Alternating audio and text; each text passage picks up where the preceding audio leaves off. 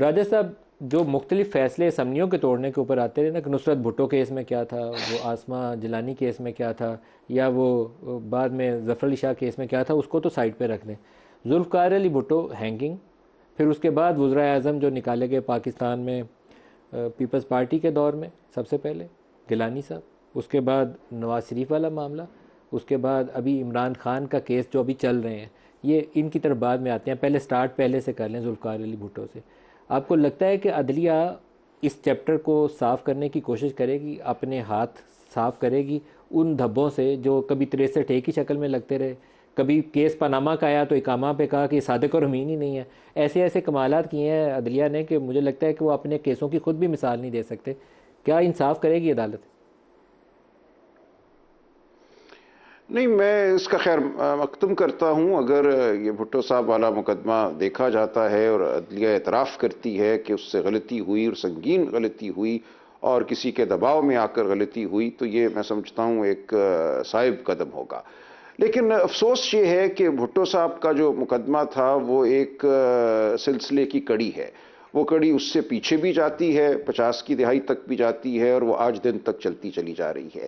عدلیہ کے فیصلے کسی بھی سطح کے وہ فیصلے ہوں، ٹرائل کورٹ کے ہوں، ہائی کورٹ کے ہوں، سپریم کورٹ کے ہوں، جو دباؤ میں دیے جاتے ہیں وہ کسی سے چھپے نہیں رہتے. وہ ہمیں ہر ایک کو معلوم ہوتا ہے کہ یہ فیصلہ کیوں ہوا اور کیسے ہوا.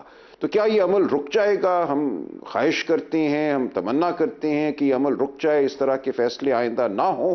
لیکن میں اس بارے میں اس وقت حتمی طور پہ یہ بالکل نہیں کہہ سکوں گا کہ اگر یہ فیصلہ ہو جاتا ہے، بھٹو صاحب کے کیس کو اثر نو دیکھا جاتا ہے اور اس میں جو فاش غلطیاں ہوئی ان کا اظہار کر دیا جاتا ہے، تو آئندہ ایسا نہیں ہوگا.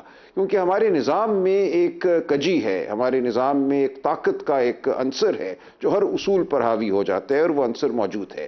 جب تک یہ طاقت اور اصول کے درمیان جو کشمکش ہے اصول کے حق میں طے نہیں ہوگی، ہم اس طرح کے فیصلے دیکھتے رہیں گے.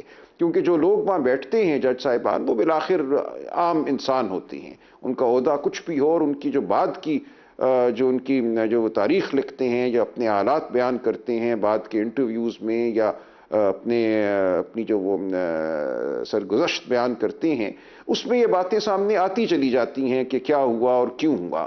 تو ایک دھبے ہیں ہماری تاریخ کے جن کو ہمیں دھونا ہے. لیکن زیادہ ضروری یہ ہے کہ آئندہ ہم اصول کے ساتھ کھڑے ہوں، اصول کے خلاف نہ جائیں، اور جو ایک حق کی بات ہے وہ ہم کرتے رہیں.